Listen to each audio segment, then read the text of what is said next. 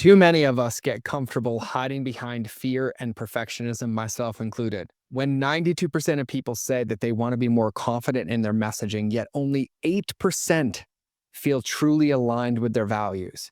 And so the question is, what's keeping you from showing up authentically? So welcome back to the Mind of George show. This is a show for entrepreneurs, aspiring entrepreneurs, or anybody like you who's listening to this, who knows that building a scaling business doesn't just come from strategies and tactics. It's about breaking free from the outdated business models, the copy and paste marketing tactics, and the mindset limitations, including expressing our authentic self, all that you can grow and scale with ease and impact. We master our mindset. We refine our customer journey. We create messaging that resonates with us and our audience. And that's the way that we win this game sustainably. And today, my dear friend, my sister from another mister, Maya, joined us, and she's a faith-based business coach and messaging expert. And she shares with us why knowing your identity is the foundation for powerful messaging that converts. So in today's episode, we dive into why fearlessness is a myth and what to pursue instead, how to create messaging from your authentic values, not anybody else's, the relationship between your identity and impact, how to turn distraction into creation, and how you can build standards that align with your calling. And so I would submit that fear-based marketing, borrowed messaging, and businesses without values are dying or they're on their way out. Because the way that we get to show up in the world is by having the courage to show up exactly as we are and by being who we are. And so if you're ready to stop hiding in that little corner that I hide in sometimes and to start leading with authentic confidence, this episode is your permission slip to begin. So without further ado, let's get into it. All right, everybody, welcome back to another episode of the Mind of George show. You know, I always do these intros at the beginning of the show, and they're all based on like what I know. And, you know, with today's guest, I spent the last couple of days digging through her social, digging through her website. And you know what I'm not going to do? I'm not going to talk about all of it or any of it, because for the last 30 minutes, I think we just took each other to church and I found like a new best friend who also has walked an identical journey with me, who is just out here making a massive impact in women's life when it comes to messaging, when it comes to authenticity, when it comes to being in alignment and living in God's purpose. And I tell you, Anand, I would have been good if we didn't hit record and I just kept talking and doing this. And I was like, I think the world needs to hear this. I think we get to have a conversation. And so I am incredibly honored.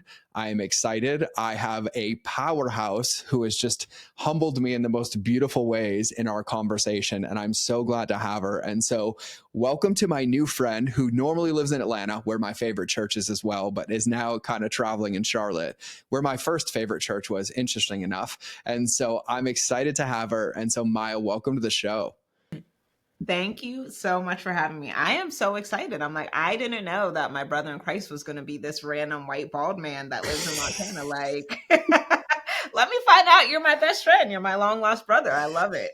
I literally feel the absolute same way. And I'm just so honored to do this. And I'm like excited to dive in because everything that you spoke to me before was just like speaking into me, and I'm excited to share. And you know, I was asking at the beginning when we were talking, I was like, what's this hot take you have? Like, what's this thing? And you dropped a one-liner on me that I'm excited for you to unpack. And I want to give it to everybody else, and it has to do with privilege. So I'm gonna give you the floor and kind of let you take us to church with this like mini keynote on privilege. Yes. And I actually think I have another thought too. But what I had said before we started is that not enough people take advantage of their privileges. And I think, when we hear the word privilege, it can sound like a dirty word because it's typically used in a negative connotation. And I think privilege is just the overall advantage that you have. And I think when we see the word privilege in a negative connotation, it's because people are using it in a way that harms other people. But when I wake up, the fact that I wake up every morning is a privilege. The fact that I have eyesight is a privilege. The fact that you're listening to this podcast with your working ears is a privilege. The fact that you're listening to this on Wi-Fi, probably on an expensive phone or a laptop, is a privilege. The fact that I rolled out of bed and stood up and I'm able-bodied is a privilege. So I just think it's such a disservice and such a lack of gratitude for our blessings and the life that we live when we're complaining about not making enough money, or we're not launching online, or we're not getting enough likes and followers and all of those things, because it's like, you have the exact resources that you need, but you can't recognize the blessings and the abundance that you have if you're so focused on your lack and what you don't have. There, like I said, and the even the serendipity of this. I was at church on Sunday, and they dropped two one-liners that just so eloquently summarize what you just said. Number one was knowledge of God is perfected by gratitude, which I was like, holy Mm. moly. And then he's like, and I'm going to take it one step further. And then he said, gratitude is the password that logs us into God's operating system. That's good.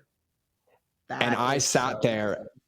and I was like I was like writing my notes, and I just stopped and I was like, holy moly. And you and I were talking about this before, because you and I share a lot of similarities in like what we do and how we do it, Yeah. and I love this. And we were having a laugh with each other that everybody wants the playbook, and they think that the playbook is the secret. It's the way that they're going to scale. If I have a new strategy, if I have a new tactic, if I give away my identity because somebody else is doing it this way.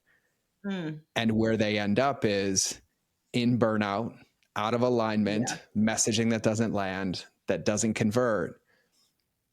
And when you talk about privilege, the Yeah. privilege is really having gratitude to like know yourself and to That be in is that. so good. No, let's dive into that because that was going to be my other thing. If I didn't say the privilege thing, I was actually going to say, I think one of the number one things that entrepreneurs and just people in general are struggling with, because I really think this is what the enemy is after, is our identity.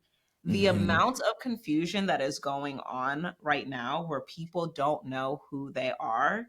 And that confusion is distracting us from our gifts. That confusion is distracting us from our purpose and our calling. How can you live out your purpose when God called you in your identity to fulfill that purpose? But until you know your identity, you're not going to be able to fulfill that purpose. And so I actually really love, like you, I love talking about messaging and launching and sales and strategy and optimizing. I love talking about that. Those things are only going to work when you are in alignment and when you know who you are. And I think it's really important that people first answer the question, who am I, before trying to answer the question, what am I supposed to do? Yeah, I want to ask you about this, because like this is really really good. So first, I think I talk about alignment a ton, Hmm. but it's one of those words that I also feel like is thrown out as like a dirty word, like privilege, where Yeah. everyone's like, oh yeah, this woo woo thing. So like when you say alignment, what do you mean by alignment? Oh, man, I had a good conversation about this yesterday. Um, when I think about alignment, I think about, is my character and my values in alignment with who God is calling me to be and what I'm supposed to be doing.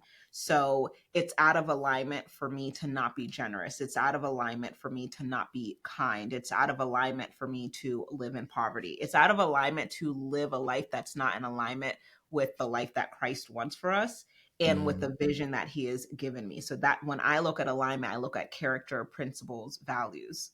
I love that. So I'm going to add one more, because you said before you can get into the bucket of like, what should I be doing or where should I be spending my time?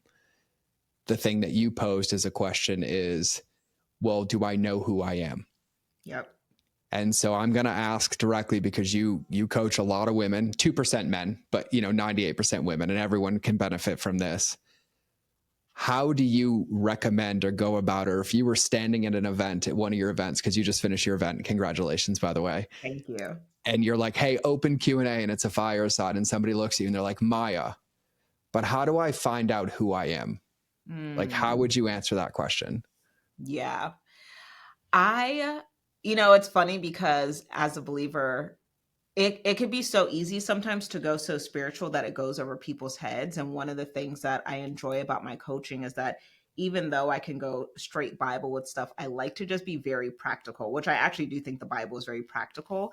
But when I'm helping women get clear on who they are, we first start with values. What are your core values? And I give them a long list and I have them like, every word that resonates with you, let's highlight it. And they end up highlighting like 27 words, right? And then I'm like, okay, let's now bring it down to like 8. And then let's see if we can even bring it down to 6. I'm like, if you have 6 to 8 values, and these need to be values that are honest. So I have them, highlight or, put a star next to the 6 to 8. Then what I have them do is then I have them measure, are they actually living up to their values? Because you put a star next to family. Yes, you value family. You put a star next to freedom. Yes, you value freedom. And I'm like, how many vacations have you taken this year? How often are you calling your parents? How often are you actually having conversation uninterrupted without your cell phone at dinner? So you're saying that you value family, you're saying that you value freedom, and you're not living a life of freedom. You're not living a life that prioritizes family over the distraction of the world. And so either you're not telling the truth and you value overworking and you value staying connected to the internet, which, if that's your values, cool. I'm not trying to tell you who you need to be. I'm just trying to get you honest about it. Or maybe you do desire to prioritize these things more. But if you're saying you value these things and you're not in alignment with it, this is why you're so depressed. This is why you're so burnt out, because burnout doesn't come from overworking. Burnout comes from doing work in the wrong areas and not as the person you're supposed to be. I just want everybody to hit pause and rewind, because that was a sermon in itself, and one that lands deeply. And I have to create this thread because I think you and I already speak and operate on the same wavelength. Number one, for everybody listening, I'm going to add a note to that is values also get to be tangible and measurable. They're not words that go on a wall. They're not, oh, this sounds like it might be nice. And this is not from a place of judgment. This is a place of you having boundaries and containers that really ends up as a safety net so that you can accomplish or achieve the things that you want to achieve, right? Like I had a call earlier today and it's like, well, I say I value my family or I value my health. And then somebody calls like, hey, I want to go out this weekend. And you're like, oh, now I'm around drinking and food and all these things. It's not from a place of judgment. It gets to be from a place of integrity of like, well, I guess I can't say that I value those things. And so our values are not dictated by the words that we put on the wall. Our values are dictated by the actions we take every day. And I think, to your point, the biggest thing that I see with burnout in doing it is we operate out of alignment. But what we're really saying is when you're out of alignment, it's that the actions and behaviors you're taking aren't resonating with you on the inside. So it's creating a negative feedback loop, which leads to the exhaustion, which leads to the burnout, which leads to the stress. And then we get the whole, I don't want to do this anymore. This isn't working anymore. Like, I can't believe my calendar's so full today. Like, why did I schedule all these things today instead of like, oh, I'm so excited today. And the reason I wanted to tie that together is because one of the things that you talk about strategically and tactically is messaging. And what I find is that most of the messaging that I see that doesn't land is because it's absent of values and it's comparative and it's just up here because there's no depth underneath it. So Yes. In your opinion, as a coach and somebody who does this with people and helps women with this, would you say it's fair, and I want you to unpack this, that it's the values of your identity that are actually missing in your messaging that you're sharing publicly? Ooh, that is so good. And I want to go into that. I love what you said, though, about your values being quantifiable, because it can't just be a word. And I think the reason that it's important that it's quantifiable is because it forces you to be accountable. Right? Because how can you be accountable to just a word? You have to be accountable to say, me valuing family looks like dinner with my family, my parents twice a month, or me valuing family looks like whatever it is. You have to set that standard, right? Values allows you to set standards for your life and for your business. And I think so many people are operating beneath their standards. Like when I just look at the world, I'm like, do we even have standards anymore? Like, do people even care about anything anymore? And we don't, again, because we're struggling with identity, which then shows we're struggling with values, which then shows we're struggling with standards. And so then when I see that in business and see people struggling with their messaging, it's because they're not clear and confident in who they are. And so they end up emulating the world. They end up emulating their competition and what everybody else is doing. And so when I look at messaging has to answer 3 questions. Who are you? Who do you serve? And how do you serve them? That first one is going to get people hung up. I mean, all of them get people hung up, but it has to start with who are you? And so in the business space, you're answering the question of who are you, of course, in the marketplace. And it is also important to, there's so much overlap with life and business, but it is important to be able to discern who am I in terms of my creation, my values, who am I as a wife, as a mom, whatever, all of those things. But then who are you in the marketplace? Are you a brand strategist? Are you a business coach? So getting very clear on those things, and part of understanding who you are is understanding why things deeply matter to you. What do you feel like your purpose is? What do you feel like you're called to do? What is your overall mission? Because then when you answer the question, who do you serve? The people that you served are the people who are going to be bought into your mission and your passion and the things that you were uniquely designed to do. Mm. I gotta ask on this too, because the marketer in me, right? I've been doing this for 2 decades. I've Yeah. tried to tell everybody that even effective messaging boils down to having 3 components: what, why, and how. Mm-hmm. But the reason everybody loses is because they either go what and how or why and how. And the biggest missing ingredient for most that I see is the why. And you just hit this on the why. Mm. Because when you don't have the why, people are trading you and transacting with you in the lens of features and benefits. Mm. And I see this with entrepreneurs a ton, where they get afraid to tell everybody why they do this. Yeah. But what you're missing is giving the human empathetic connection as to why they It. should care. 100%. That's so good. That mission that people are bought into. I think with the why, what people are trying to figure out what's my purpose and what's my passion. And it's interesting because typically when you hear the word passion, you think about like, well, what do I love? What do I really enjoy doing? Right? When you ask people like, well, what are you passionate about? And I think a different frame that can help people is passion isn't just about what you love. Passion is also about what you hate. When you think about the things that get on your last nerve, the things that make your skin boil, you could complain about it for 24 hours straight. When you think about the things that get on your last nerve and the injustices that you see in the world that you really want to fix because it pisses you off, that is what you are passionate about. And so when I think about what I'm passionate about, like, yes, I love helping women make money, and I love helping women of faith make money. But because I hate to see Christian women living in poverty and not leveraging their privileges, not leveraging their advantages because they don't know how to, or they don't have the mindset to. So because I hate it so much, then I'm going to do something about it, because I'm not a complainer. I'm not going to sit around and complain without providing a solution. So if I see a problem that I'm so passionate about, I then become the solution. So I hate to see Christian women living in poverty, thinking that they can't make good money and silencing their voice. So I built an entire business around teaching Christian women how to use their voice and monetize it and make an impact. You speak truth, and I'm going to ask you about that story in a minute. And I also think it's one of the first things that I do when I go into a company, especially like a company that's like stagnant at like the 7-figure level and they want to scale.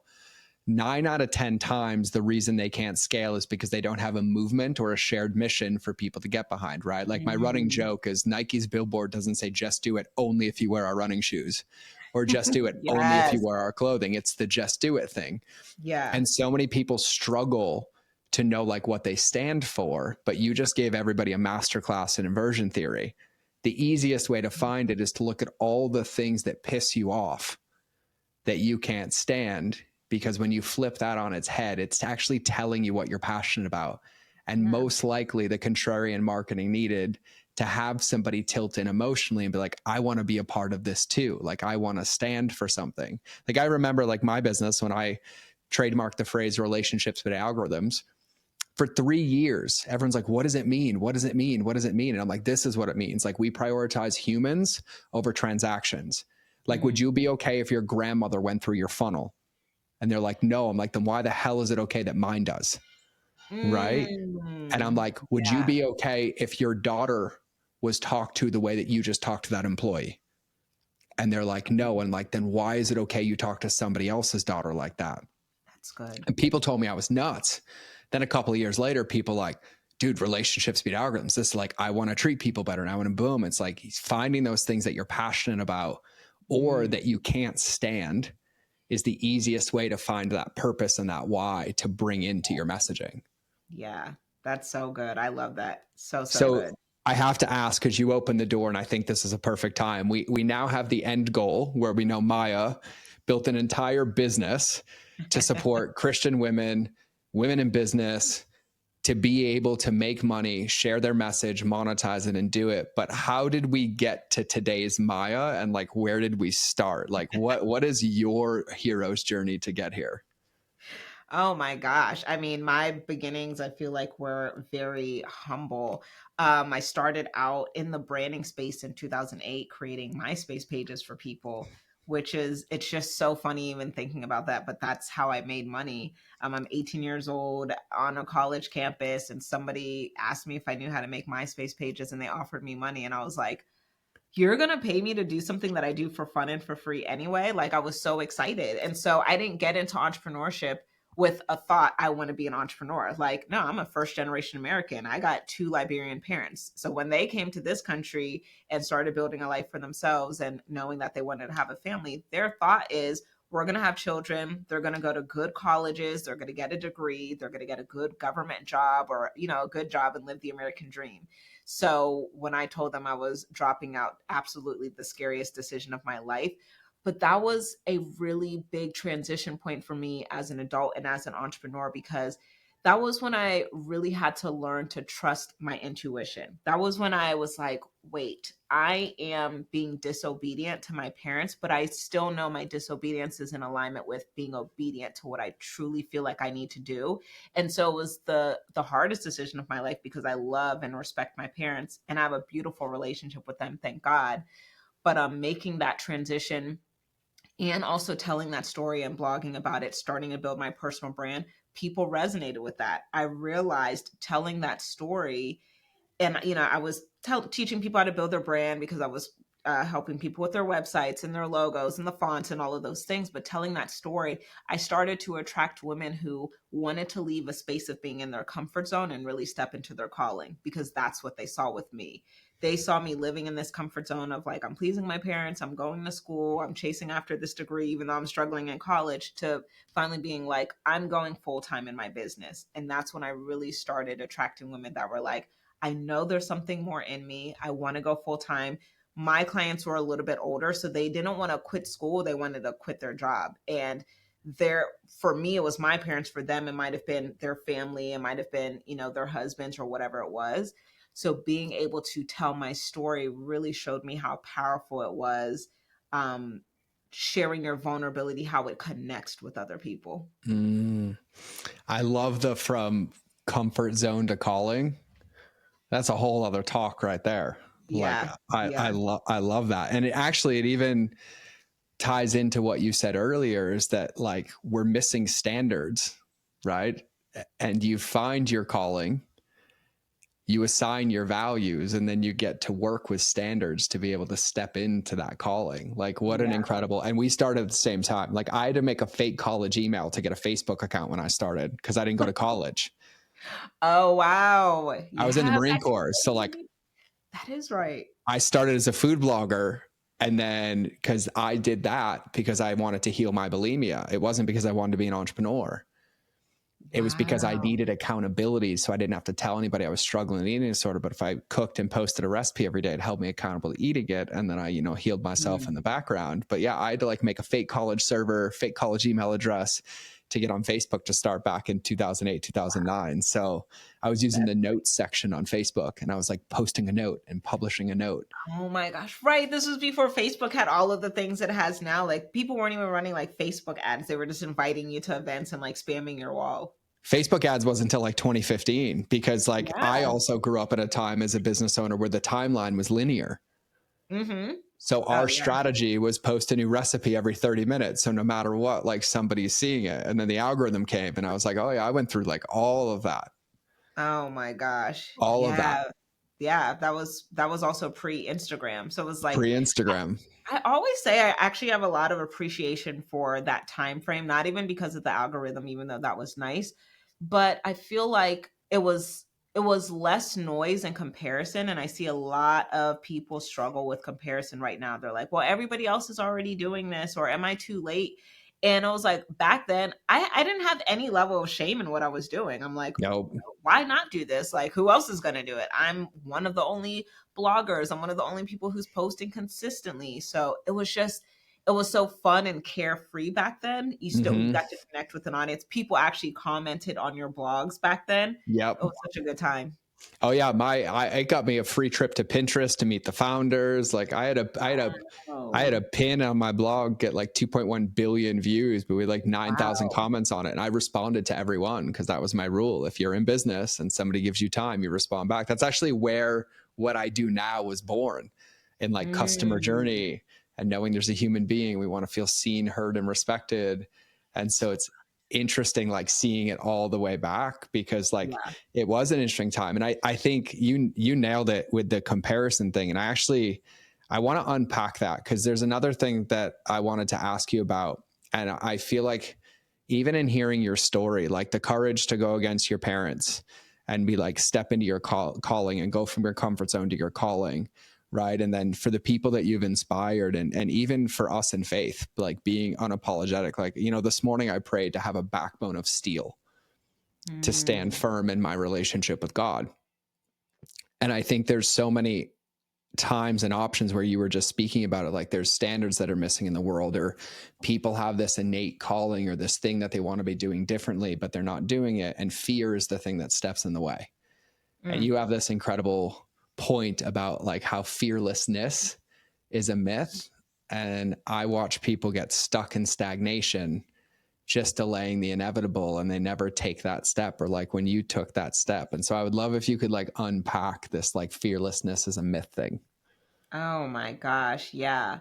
I think sometimes, when people are saying, I really want to do this, or I want to launch something, I want to put myself out there, but I'm nervous. And, you hear the response of like, you just got to be fearless. And, I understand the premise behind it, but it's like, obviously you see that there is a fear there. So what is the actual reality? I'm just not like a fluffy quote person, right? Like even when I'm watching church, like I like good Bible teaching, and I love a good quote here and there where it's like I'm going to remember it, but I don't like the fluffy stuff. I'm like, I need the practicality of Mm-hmm. what I should actually be doing. Telling somebody to be fearless, like especially obviously like in the Christian space, it's like, well, God didn't give you the spirit of fear. And it's like, yeah, I know he didn't, but it's still here. So somebody gave it to me and I need help eradicating it. Okay, so thanks God for not giving it to me, but help me get out of it. Yeah, a thousand And percent. so obviously then we know that it's like, well, if I need faith to be able to do this. So instead of telling people to be fearless, I'm like, you need to have more faith and you need to be courageous. And as a messaging person, I'm like, well, we have to go deeper. Well, what is the definition of courage? And courage is the ability to do something with fear. You cannot be courageous if fear is not present. So if fear is present, then you're like, I now have the opportunity to flex my faith. I now have the opportunity to be courageous because I'm meant to face my fear. Because facing my fear is what's actually going to develop me into the person I need to be to get to that next step. And I think oftentimes we're always looking at the end goal. We're like, I want to get to the 100K. I want to get to the 250,000. I want to get to the million. And it's nice when you hit those milestones, but there's so many levels of fear that you have to bypass. And it's not just about getting to the end, it's about who you become along the way. Who did I become getting to that first 100K? Who did I become getting to that first 250,000? Who did I become getting to 500,000 and a million? And it's like, then you really get to appreciate the character development.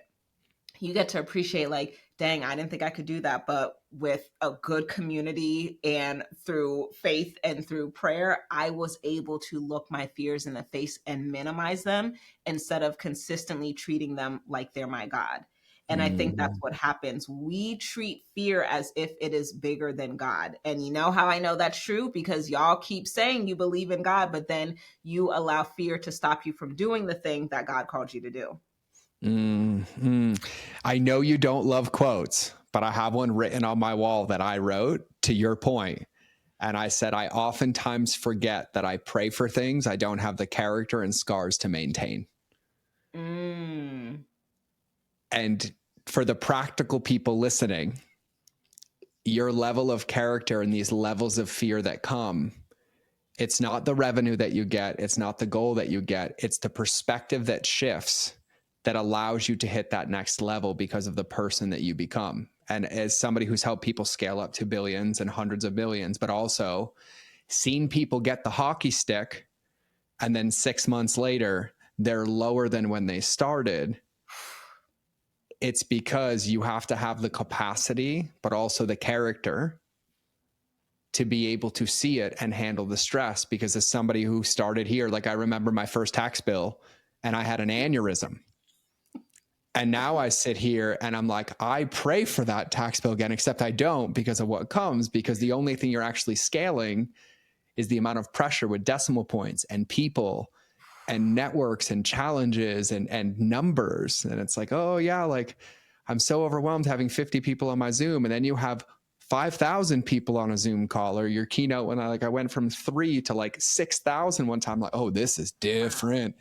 Holy moly. And then, so your point of, I just want to call it out so much, because having faith and even having to have fear to activate courage and acting on that courage is what builds your character and your capacity to have the result at that next level. Like, I love that. It is so good.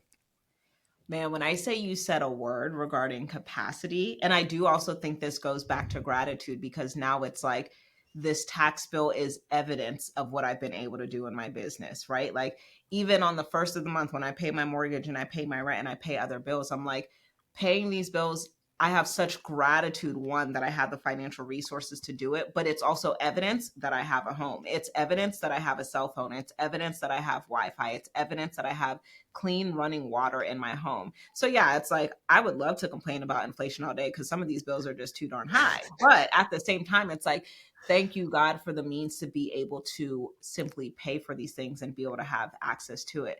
But when it comes to the capacity, like, I think something I've noticed even within myself, scaling to 7 figures and seeing other peers scale to it, I grew fairly rapidly. And it's like, we live in an era where people just want to go viral and they want to just like get to the finish line without learning any of the lessons. Baby, when I say that quote is so real, that you need to develop into the person that can maintain it. Yep. Because if you don't develop into that person, you're not going to be able to maintain it. And you also might ruin your reputation along the way because you haven't develop the character necessary to be able to steward it well. And so I know when I got to 2 million in my business, it felt great to have that money and I had a lot of clients, but it was like, girl, you haven't even built the infrastructure for this level of success.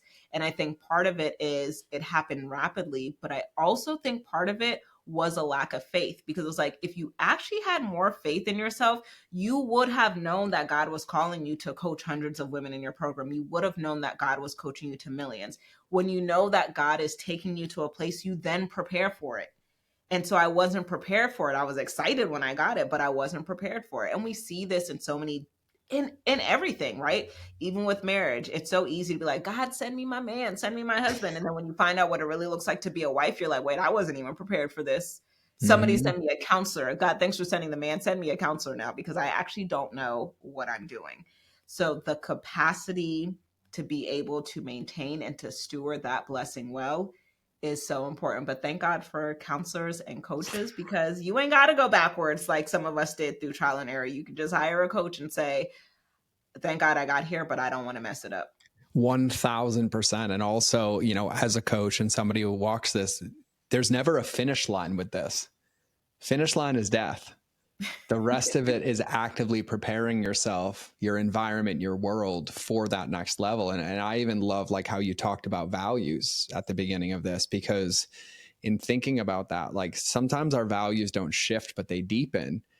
And there's this like misnomer and this like toxic thinking trap of like, well, I'll build systems when I make the money, or I'll go back to the gym when I get more clients, or I'll start having family time when I hit that number. Yeah. And it's backwards. And I have a friend and a former client. She wrote this book, Calling in the One, and it's about like how to call in the love of your life. The premise of the book There's You no ready? way you're talking about this right now. It's literally next to my bedstand. And I'm like, should I still read this? Like the Oh my amount of God. things that you have confirmed for me is insane. Oh yeah, and she's an incredible friend, Catherine Ward Thomas. This book is amazing. And Wow. everybody thinks it's a relationship book. It is, but it's a relationship with yourself book. Yes. Because, and I'll make the point for everybody listening, is like this trap of like, I'll do this when, I'll start this when, you know, in the lens of dating, I'll change my lifestyle when. Yep. She goes Yep. straight to the jugular and she's like, oh, you ready for a man? Like, how many nightstands do you have in your bedroom? Is there space in your closet for him to put clothes? Do you have enough dishes to serve that family dinner that you say you want to serve? And in this, and even biblically, it's always preparing the space for the harvest to show up, Yes. not the harvest is going to show up and then I will go catch up and react to the space. Yeah.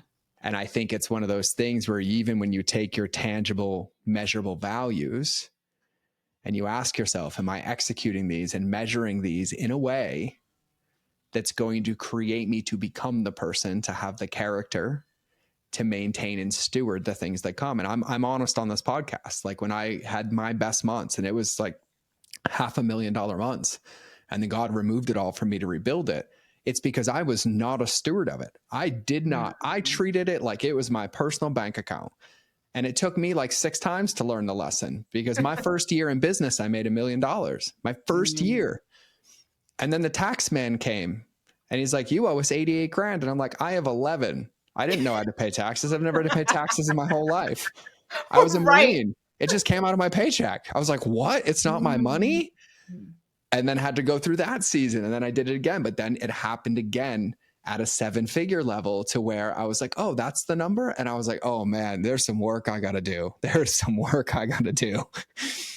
So now I have a cash flow coach, Phil, who's been on the podcast, who I love. And he's like, no, George, these are where the accounts go. This is taxes. This is overflow. This is for, I'm like, you know, Yeah. that makes a whole lot more logical sense. And now Yeah. there's space My for accounts things are to set up flow like in. that now.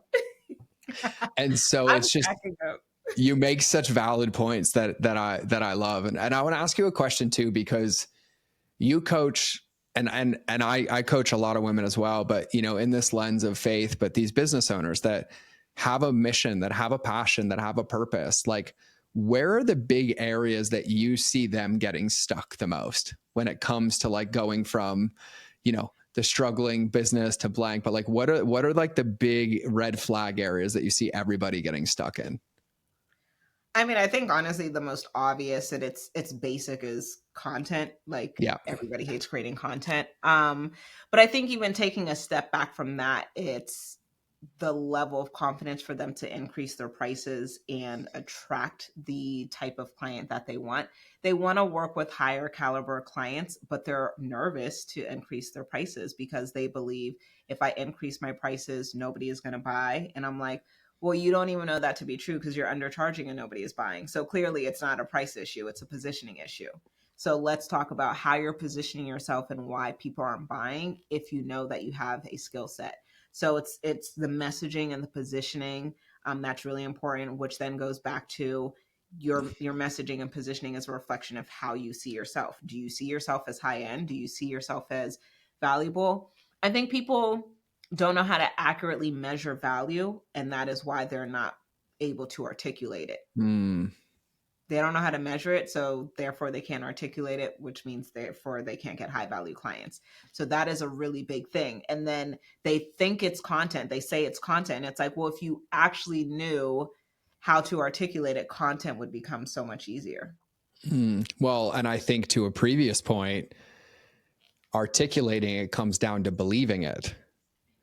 And that's Mm, where the messaging comes in. They're like the conviction between, am I convincing myself while saying this, or am I certain of myself as I say this? yes. Because that, Oh, and you can hear that in sales conversations or just whenever they're talking. It's like you sound like you're trying to convince other people because you yourself are not convinced.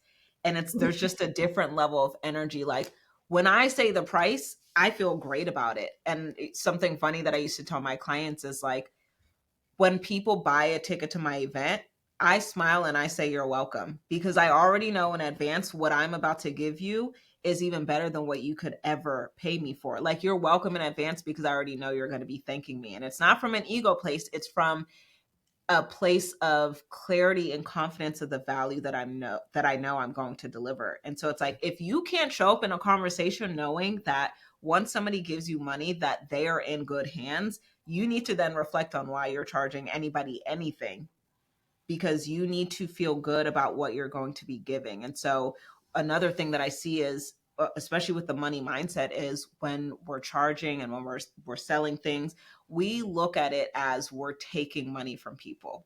We are not minding our business. We're crossing the boundary of worrying about what's in somebody else's pocket. We're worried about what's in somebody else's bank account. It's not my responsibility to know what is in that person's bank account. It's my responsibility to make sure that I deliver the value of the monetary amount that I am asking you for. So when it comes to sales, it's not about taking money, it's about value in exchange for value.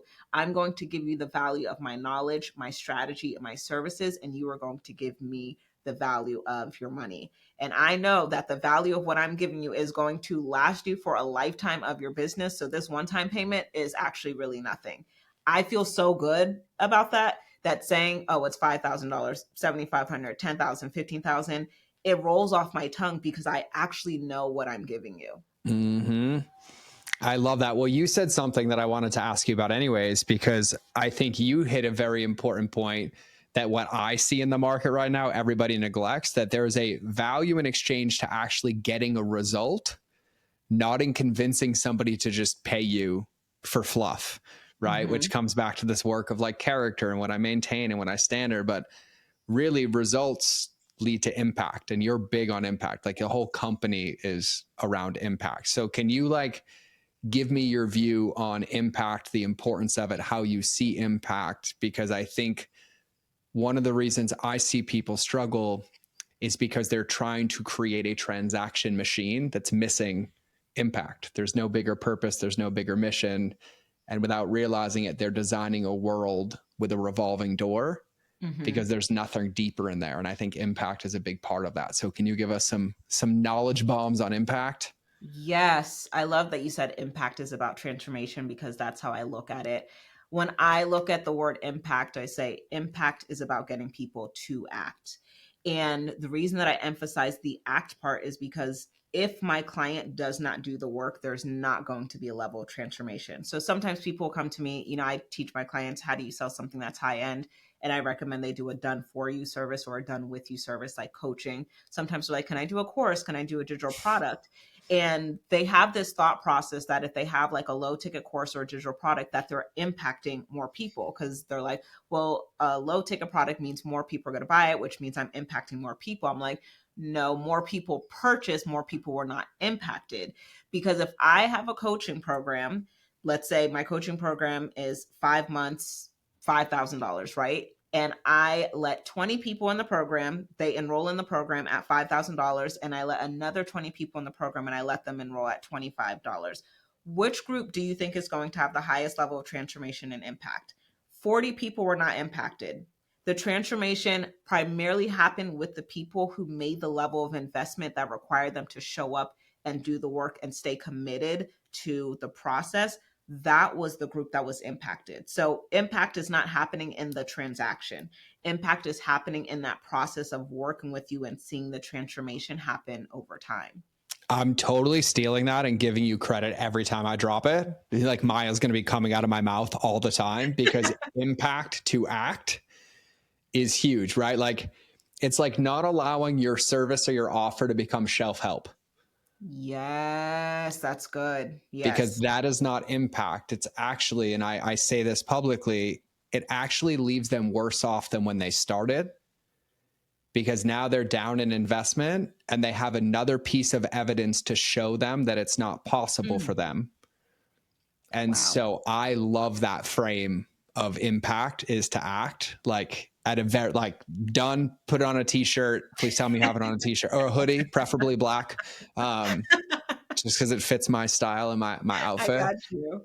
What are you, and I'm just curious, like, it hit my heart a minute ago. Like, You've been in business for quite a few years. Like we started around the same time. You have a dramatic impact on women all around the world and their businesses. Like, what are you excited about, like thinking 5 years into the future about like business or movement or impact? Like, I'm just innately curious what you Oh see. man, what am I excited about?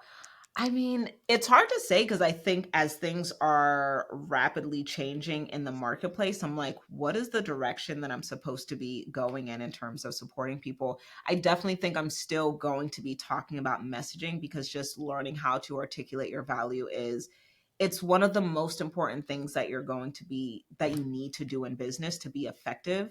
I think I am going to potentially even go deeper in faith, which is something that I also kind of go back and forth with. Because as you know, like when you're vocal about your faith, there's just a higher level of responsibility. And it's like, do I really want to be that responsible? Like, God, I just want to have fun. And he's like, yeah, that's very cute for you, but you are going to be my disciple. So it is like, dang. So I honestly, being transparent, it's like I go back and forth with that. But I just, man, I deeply love reminding women of their value and just helping them become more confident. Like when I see it click, it feels so good. And then I see it emulated in the work that they do. So Mm. honestly, I just think in the next 5 years, just going deeper of reminding women of who they are, helping them get clarity to see their identity and then to translate that into words with their messaging. So honestly, just the same thing on a bigger scale and kind of seeing what different ways does God want me to do it? We had the conversation about events. What do I want to do with my annual event and how do I want to show up? So I'm just excited. I've also been um just really into like just having conversations about like health and living in the States. It's like, okay, what's going on with the foods that we're eating? What's going on with all these microplastics? What's going on with all of these Mhm. things? And we're always like self-diagnosing ourselves, or we're getting actual diagnoses of like ADHD, or there's women that struggle with infertility. There's people are struggling with so many different things, and it's not necessarily aligned with my business. It is aligned with my personal brand. It's somebody that values health, but I'm also just kind of like that mindfulness of how are we treating our bodies and how is this affecting how we're just showing up in our life and business. Like, why are there microplastics in grass-fed ground beef? Because it was in Yeah. the plastic, you know what I mean? So it's like that stuff that has nothing to do with like messaging and stuff. I think about it very often because I'm like, I cannot even believe that we're being charged so much money to be poisoned. This is A, crazy to me. 1,000%. I would submit that it does, because those microplastics lead to inflammation, which leads to brain fog, which gets in the way of messaging. And we have dopamine drops and missing serotonin. So then we can't have the confidence. And so it holistically fits. It does fit. And I'm like, I mean, do the people want to nerd out with me about that? Or do I just like nerd out about this, like with my own, group of friends and stuff? So I am still figuring that out, but I love to think about it because I think like the more I study the human body, I'm like, yo, God is so intentional. Like we weren't meant to be over consuming the way that we are. And I'm not even just talking about over consuming with food. I'm like the overconsumption of content. Oh my goodness. Just Mm-hmm. the way that it alters how we think, the food that we consume, the movies, the TV, the social media, it's insane. So like I want to help with the messaging and the confidence, but it's also like part of your lack of confidence is based on the things that you're consistently consuming. Like even an example, we were talking about, do people even have standards anymore? I'll hop on threads and I'll see some funny stuff here and there. Like I love social media for the fun of it, but there's so much stuff that's just really harmful. And I Mm-hmm. just see a lot of like stuff about dating, and it's like women talking about how they don't like men and men talk about how they don't like women. I'm like, is it like, do you actually want to be with a man then? Do you actually want to be with a woman then? Because all you talk about is what you don't like about women. And then women, all you talk about is what you don't like about men. But then you're trying to figure out why it's so hard for you to get into a healthy relationship. And it's like you're constantly Mm-hmm. feeding this negative idea that's not in alignment with the outcome you desire. So it comes back Mm-hmm. to alignment. Are we living in alignment? I'm not going to sit and read 20 threads in a row about how there's piss in the dating pool, or however they word it. And I'm like, that's your reality. I love men and there are great men out there and I'm going to marry one. And that's the only truth that I'm going to submit Preach to. it, girl. Preach it. Because you asked me before we recorded the show, kind of my testimony and how I came into this and how I came to love Jesus unapologetically. And it was actually, this is going to blow your mind, it was a shaman who did this to me. He wouldn't let me sit with the plant medicine because he told me I had no purpose for my life. And I was yelling in an anger. And this was like 10 years ago, 8 years ago. And I was like, well, how do I find purpose? And instead of answering my question, he said, your biggest challenge is you've never been quiet enough to hear God's whispers. And in even tying some of this talk together as like we land the plane, the reason I believe, number one, you helping women find themselves is never going away is because distraction is the literally drug that prevents you from knowing who you are. Wow. And I had a monk on this podcast, Elp, I love you. And he was like in a monastery for like 7 years. And this is not a joke. He can summarize living and your identity in one line. He's like, if you can't go to the bathroom without your phone, you've never lived a day in your life. Because we spend so much time avoiding the one relationship we're guaranteed to spend the rest of it with. And then the more noise we fill, the more doubt that comes in. And this is why I love the devil is in the details quote, because his number one tool is distraction. Yes. Because details happen logically and your identity happens in your heart. So if you're constantly thinking, you're never feeling. If you're constantly consuming, you're never connected to yourself. And, you know, for you and I, it's connected to God because that's where that space comes in. And so like, yes, amen, to the point where, and people on this podcast know, after that shaman girl, he did that. That's when I decided to delete the social media followers and walk away from a 7-figure business with no backup plan. But I also made a rule that I wasn't allowed to consume content for 3 years. No books, no music, nothing with lyrics, no TV shows. And it wasn't 3 years, it was a year. I ended up doing 3 years. And then I look at the most successful time of my life. That time took about 8 months to detox because every habit, behavior, everything. And then I finally got sick and tired of not having something to do. And when you can't consume, there's only one thing left you can do, which is create. And that's where the 10,000 videos and podcasts came from, and writings and content and speaking and all of it. So there's so much weight in like what you just shared. And I think it's an invitation for everybody to look at. And really, to your previous point, because you were just speaking value today, of like, if it's not something that's on your values list and you can't measure it, you're going to end up in distraction and losing yourself in the process. That is so good. That was so good right there. Yeah, the distraction is literally killing our dreams. And the one thing that I think all of us crave, which is connection, right? Yes, I think we crave it so much, but a lot of us are afraid to admit it. 1,000%. Which is the 1,000%. craziest thing. It's like we find so much shame in admitting that we want a relationship. We find so much shame in admitting that we want friends. And it's like, why? We were literally created to be in community with each other. I think it's this, oh my gosh, we just like, we glorify hyper independence, and it's so dangerous. It's like, I don't want to be hyper independent. Like, no, I want to be able to lean on my close girlfriends. I want to be able to lean on my parents. Like, I love that until I get married. And even if I do get married and God forbid, you know, something happens with me and my partner, that my parents are always willing for me to go back and move with them. It's like, what is with this independence of you got to move out by 18, or you should be living by yourself, or I don't need no man, or I don't need this. And it's like, what do we get from living in that identity of I don't need people? We all need each other. We all do. And I'm so glad you said it, because I couldn't agree more. Like my little 8-year-old, I make him promise me every day that when he's 18, he'll still let me hold him like this. Yes. And I'm like, no, I'm recording this so you remember. And I was like, you will always have a home in my home. Like no matter what, and my daughter too. And I was like, you can go, you can stay, you can always come back. Like we are the only country, like pretty much culturally, that does not use a family unit. And I could do an entire podcast on this. Literally. Yes. And the reason why is because when you isolate people, they become controllable. and they lose a sense of critical thinking and identity so you can install false idolatry.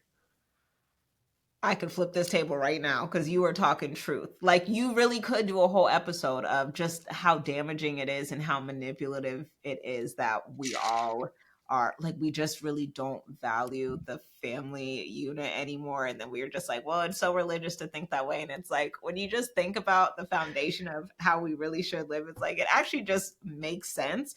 Because I mean, like, even at 34 years old, like, I think there's so much beauty in watching people kind of figure themselves out spiritually and developing in their faith, because it's like I've kind of like gone back and forth. Like, I've always been a Christian. I've never wavered on that. But I'll see stuff and I'm like, well, that makes sense, even though like it might not like be super religious, but maybe it does make sense that we do this or we do it like this, right? We go back to that logic instead of like actually aligning with the Holy Spirit and getting an understanding. And I think that can be the harmful thing too, is that I think the harmful thing with religion without relationship is we're given rules and we're given laws without understanding. And it's like, I even wrote a note the other day that was like, God doesn't just give us arbitrary rules or arbitrary laws. They are designed for us to live life and live life abundantly. Like, there's a reason things are designed the way that they are. And when we operate out of order, the amount of chaos there is, but we've also done such a fantastic job of branding chaos as the norm. Like, all you see nowadays is people saying like, normalize being able to do this, normalize being able to do that. And it's like, baby girl, when I say this is so abnormal, just because it's become common does not mean that it's normal. It does not mean that it is healthy. 1000%. We might have to do an entire podcast. No one's going to listen to it because it's going to be suppressed like crazy, but we'll know it's truth. It's going to get canceled, demonetized, turned off. And we're like, we still said it. Listen, just, two people, the white bald guy, she's like, didn't know I had a new best friend, but we get it. Go to the cookout. And then plus there's good food in Atlanta anyways. I've been told my whole life I'm always invited to the cookout, but that's because that's where I grew up. That was my life. So speaking of connection and community, I would love for you to share. I know you have a podcast, which I love. Your website is absolutely gorgeous. I follow you on Instagram. Like, give everybody the tea on where to like come connect with Maya. Oh my gosh. Yes, I would love to connect with you guys on Instagram at Maya Elious, MayaElious. I always spell it out and say it because sometimes people look at it and they're like, is your name Maya Elious? And I'm like, it's definitely not Maya Elious. No, the faith-based business coach does not go by Maya Elious. Maya Elious. Right. So it's Maya Elious. I would love to connect with you. Of course, you can go to my website, mayaelious.com. I'm sure I have an amazing free resource there for you on how to get clear on your messaging. So go to mayaelious.com and download it. And I will make sure everything's linked in the show notes. And for everybody listening selfishly, there was a lot of depth under a lot of things that Maya said. And this would be one of those like hit rewind, like, did she really? And yes, and like unpack it and feel it, but also express your gratitude. I know she would love it if you sent her a message and you connected, let her know what landed, let her know what resonated. I can pretty much promise you this won't be the last time that you hear Maya on this podcast or in the ecosystem at all, just given how fast friends we became before. But spread the love and give back. I think connecting with people, connecting like Maya, like is what builds community. And so if you're listening to this, if it resonated, if it landed, let her know so her bucket can get full too and the feedback loop comes. And I would invite everybody, and I know I say this a lot, but I would invite everybody to not let this podcast become shelf help, whether it's, going from your comfort into your calling, whether it's writing down your values and really holding yourself to them with an integrous conversation, whether it's speaking why you actually do what you do for the first time to your audience with confidence because they get to know why. There's so many nuggets here for you to take and to implement. And I would summarize this by saying, and when you implement them, create a standard around it so it becomes your norm and it becomes your new identity so that you can keep working to that next level, whether it's the next level of client, the next level of your confidence, the next level of your business, the next level of your life. But create those values, put them into standards, and then hold yourself accountable to those standards because you're worth it. Turn off the noise of the world and invest that time in yourself so that you can make better noise that more people are attracted to, that actually does good on the planet and makes an impact. And so wherever you are, I love you. Remember that relationships will always beat algorithms. If you didn't get that from today, listen again, especially the one with yourself. And either way, we'll see you in the next episode, or you will hear me in your earballs. Bye.